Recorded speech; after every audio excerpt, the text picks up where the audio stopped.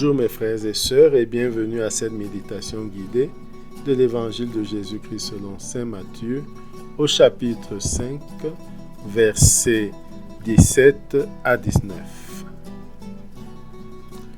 En ce temps-là, Jésus disait à ses disciples : « Ne pensez pas que je sois venu abolir la loi ou les prophètes.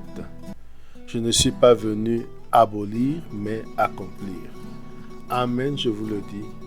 Avant que le ciel et la terre disparaissent, pas un seul iota, pas un seul trait ne disparaîtra de la loi jusqu'à ce que tout se réalise.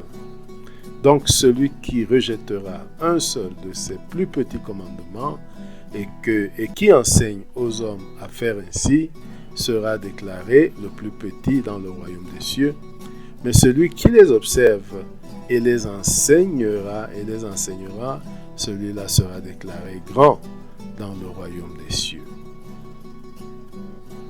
Mes frères, ce texte assez court est pourtant chargé de beaucoup d'informations.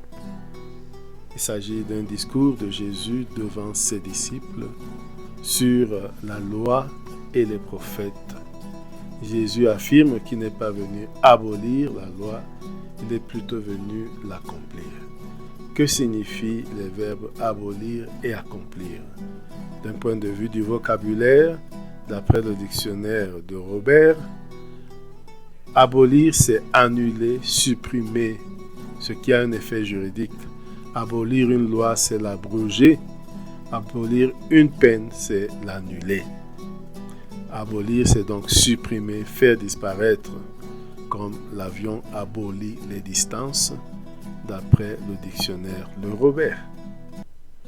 Et maintenant, accomplir, d'après le même Le Robert, accomplir, c'est faire quelque chose jusqu'au bout, accomplir une tâche. Les synonymes de accomplir, c'est achever. Mettre en exécution, c'est accomplir un projet, mettre en exécution.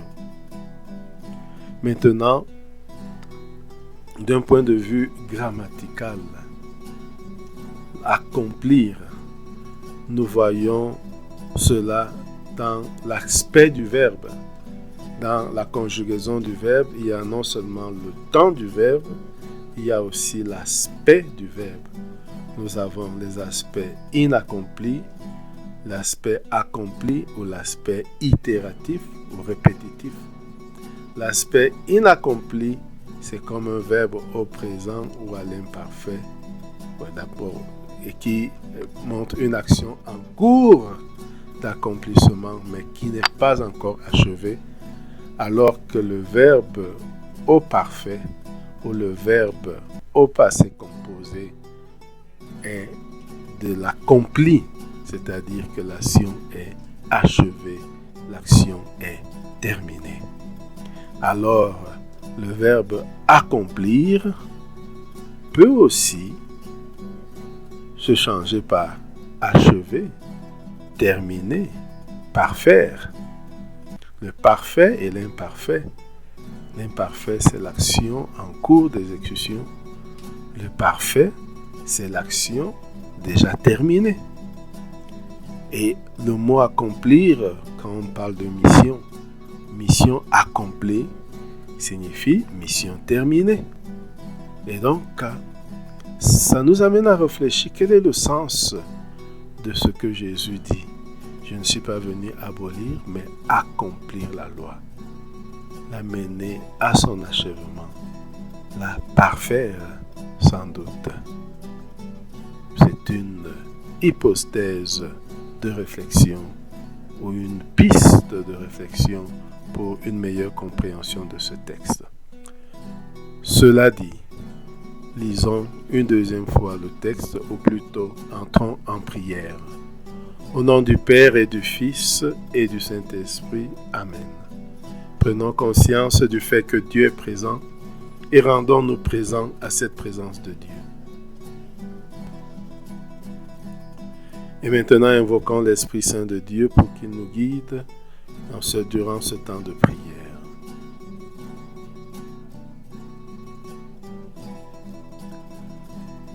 Demandons la grâce du jour la grâce d'accomplir la volonté de Dieu, la grâce de parfaire, d'accomplir la loi, de vivre selon les commandements de Dieu.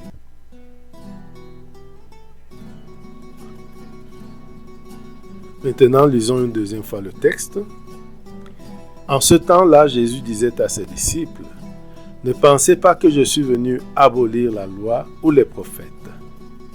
Je ne suis pas venu abolir mais accomplir.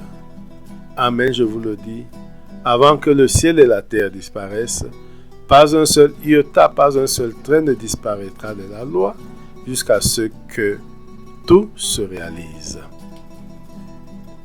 Donc, celui qui rejettera un seul de ces petits commandements et qui enseignera aux hommes à faire ainsi, sera déclaré le plus petit dans le royaume des cieux. Mais celui qui les observera et les enseignera, celui-là sera déclaré grand dans le royaume des cieux.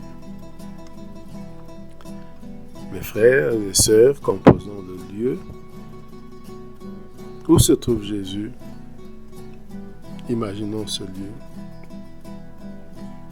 Et nous savons que Jésus est toujours avec ses apôtres, ses disciples. Regardons Jésus. Regardons ses apôtres.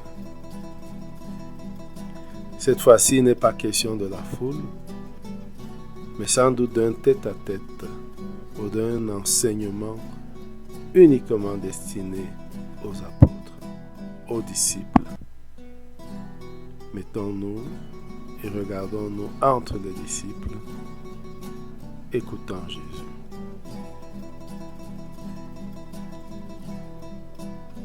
Et regardons Jésus qui nous regarde et nous dit, « Ne pensez pas que je sois venu abolir la loi ou les prophètes. » Nous savons que la loi ou les prophètes, la loi et les prophètes, c'est tout simplement l'Ancien Testament, la Bible du temps de Jésus, où il n'y avait pas encore de Nouveau Testament. Et donc Jésus n'est pas venu abolir la parole de Dieu.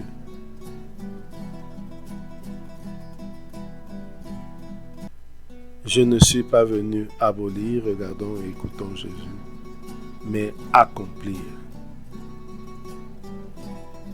Accomplir. Accomplir. Essayons de méditer sur cette parole. Accomplir. Mettre en pratique. Accomplir. L'amener à son achèvement.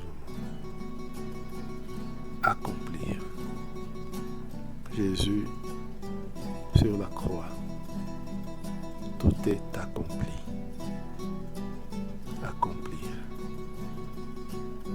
Accomplir. Accomplir. Nous pouvons rester là, à mijoter cette parole, à la répéter.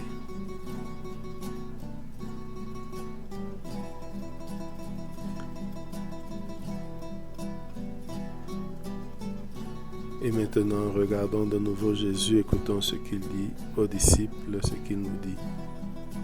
Avant que le ciel et la terre disparaissent, pas un seul iota, pas un seul trait ne disparaîtra de la loi jusqu'à ce que tout se réalise. Jusqu'à ce que tout se réalise. Jusqu'à ce que tout se réalise. Tout est accompli. Tout est accompli. Tout est accompli.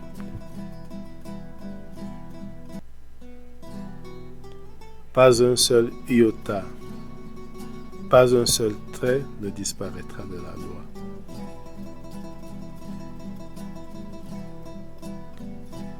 La loi est immuable. La loi de Dieu est immuable. La loi de Dieu est immuable. Et quelle est cette loi de Dieu qui est immuable? Et la loi des hommes, comment est-elle? Qu'est-ce qui change?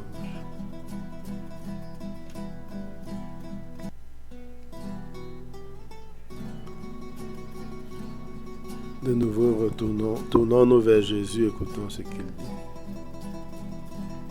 Donc celui qui rejettera un seul de ses plus petits commandements et qui enseignera aux hommes à faire ainsi, sera déclaré le plus petit dans le royaume des cieux.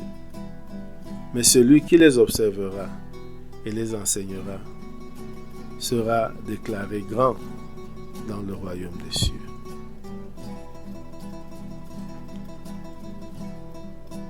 Les commandements.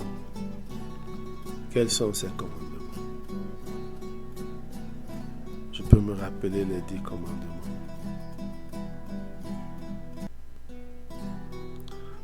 Je peux me rappeler le commandement nouveau de Jésus.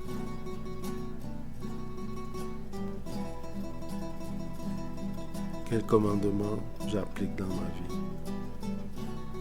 Quelle loi s'applique dans ma vie?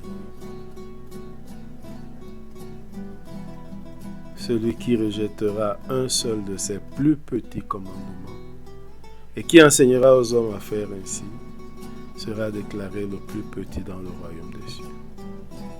Mais celui qui les observera et les enseignera sera déclaré grand dans le royaume des cieux.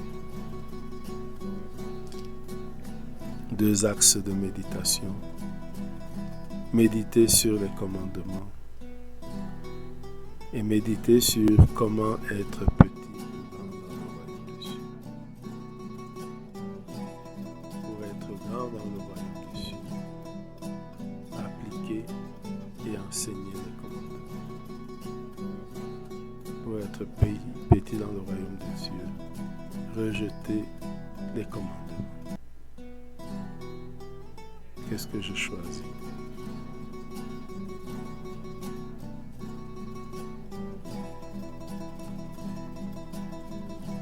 Quels sont ces commandements? Ou quel est ce commandement? J'essaie d'écouter mon cœur. J'essaie d'écouter Jésus qui parle à travers mon cœur et qui me donne des indications.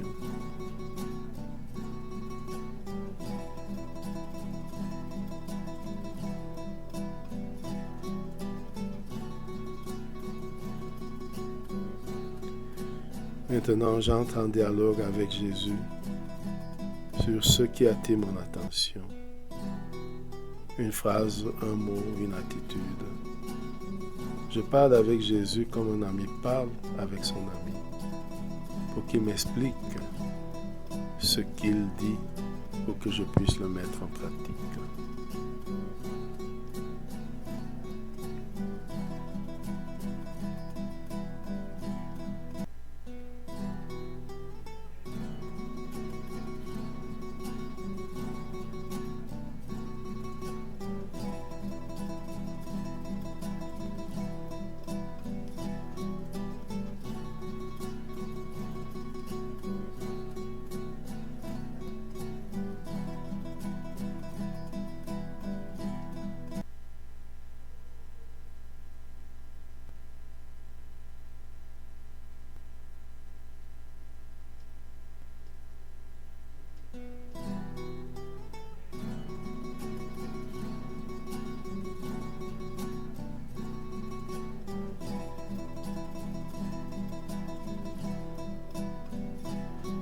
Terminons notre temps de méditation par la prière reçue du Sauveur.